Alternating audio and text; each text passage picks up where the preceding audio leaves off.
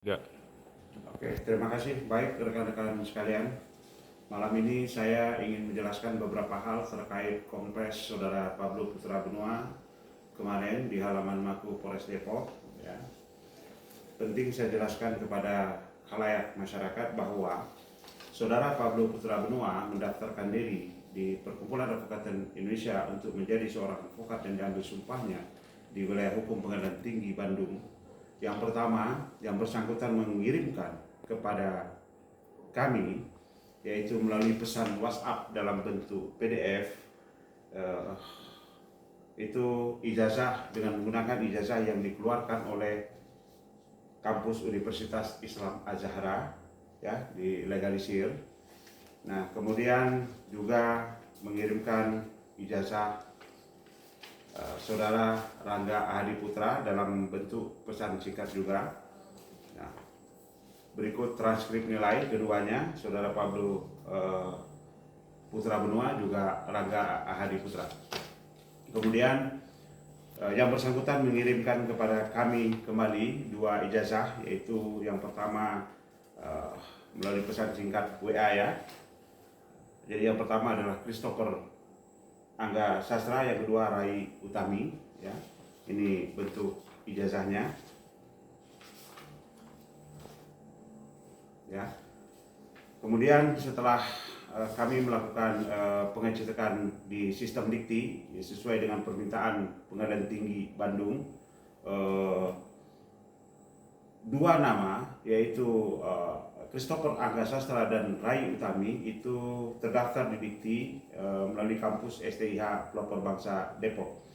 Kemudian Saudara Pablo Putra Benua, setelah kami melakukan pengecekan di sistem dikti, itu terdaftar atas nama Iwan Sutisna, ya, sesuai dengan nomor ijazah yang terdaftar atau dikeluarkan oleh Universitas Islam Az-Zahra.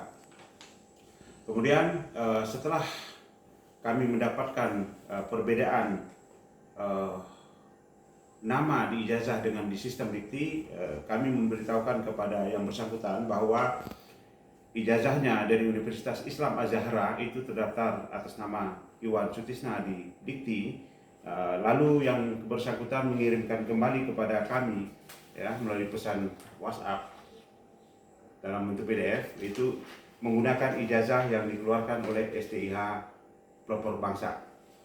Kemudian setelah berkas selesai semua dan bersangkutan dilakukan dan pengambilan sumpah di wilayah hukum Pengadilan Tinggi Bandung, Jawa Barat, nah, kami mendapatkan informasi daripada masyarakat bahwa yang bersangkutan ada penetapan Pengadilan Negeri Medan terhadap perubahan nama.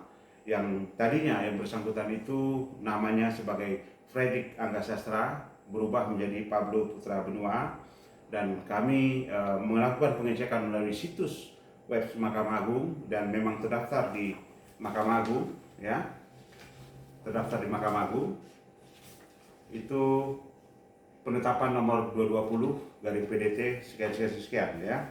Jadi setelah itu kami melakukan pengecekan ulang terhadap semua data-data yang dikirimkan oleh para peserta, karena kenapa? Ada beberapa ijazah yang kami dapatkan keanehan, terutama ijazah yang menyangkut Saudara Pablo Putra Benua, Rai Utami, dan Fredrik Angga Sastra, ya. Apa itu namanya? Christopher Angga Sastra, Christopher Angga Sastra. Jadi di dalam penetapan PN Medan, Saudara Pablo Putra Benua itu lahir di Medan pada tanggal 31 Agustus tahun 1990, sementara di ijazahnya itu tercatat lahir di Jakarta itu pada 8 Agustus tahun 1980. Nah, berdasarkan keanehan-keanehan tersebut, maka saya memberikan kuasa kepada tim hukum Badan Pembinaan Pusat Perkumpulan Advokat Indonesia untuk segera melayangkan surat kepada kampus STIH Pelopor Bangsa untuk meminta klarifikasi kepada kampus, ya. Ini surat kami layangkan kepada STIH Pelopor Bangsa, yaitu dilakukan oleh tim hukum Pak Surya Negara Panjaitan pada tanggal 12 Agustus tahun 2025. Nah, setelah kami bersurat dari kampus STIH Pelopor Bangsa melakukan menjawab surat kami, yaitu seperti ini jawaban surat dari kampus STIH Pelopor Bangsa. Di sini menerangkan bahwa pertama, nama Pablo Putra Benua, nomor ijazah sekian-sekian. Yang kedua, Rai Utami, nomor ijazah sekian-sekian. Yang ketiga, Christopher Angga Sastra, nomor ijazah sekian-sekian. Berdasarkan hasil verifikasi data, kami tidak pernah mengeluarkan ijazah atas nama 3 orang tersebut di atas, yaitu Saudara Pablo Putra Benua, Christopher Angga Sastra, dan Rai Utami. Nah, kemudian kami mendapatkan juga bahwa STIH Pelopor Bangsa sudah melakukan pelaporan di Polres Depok, ya, terkait ijazah tersebut, karena ijazah tersebut tidak dikeluarkan oleh STIH Pelopor Bangsa. Nah, saya melihat kompres kemarin yang dilakukan oleh Saudara Pablo Putra Benua, yang dia mengatakan bahwa yang bersangkutan sudah sarjana hukum sejak tahun 2018. Tentu ini akan menjadi pertanyaan saya, cukup 2 pertanyaan saja. Yang pertama, kalau memang Saudara Pablo Putra Benua sudah menjadi sarjana hukum pada tahun 2018 dan terdaftar di salah satu kampus di Lampung, yaitu pada tahun 2014, ya, dan dia lulus menjadi seorang sarjana hukum tahun 2018, kenapa yang bersangkutan mendaftarkan diri untuk menjadi seorang advokat menggunakan ijazah yang dikeluarkan oleh STIH Pelopor Bangsa? Itu pertanyaan pertama. Pertanyaan kedua, ini perlu saya sampaikan kepada masyarakat. Yang bersangkutan, Saudara Pablo Putra Benua, berarti sudah 3 ijazah, ya, sarjana hukumnya. Yang pertama yang dikeluarkan oleh Universitas Islam Az-Zahra, yang kedua oleh STIH Pelopor Bangsa. Nah, sekarang yang terakhir katanya sudah sarjana hukum sejak tahun 2018, itu dikeluarkan oleh salah satu kampus di Lampung.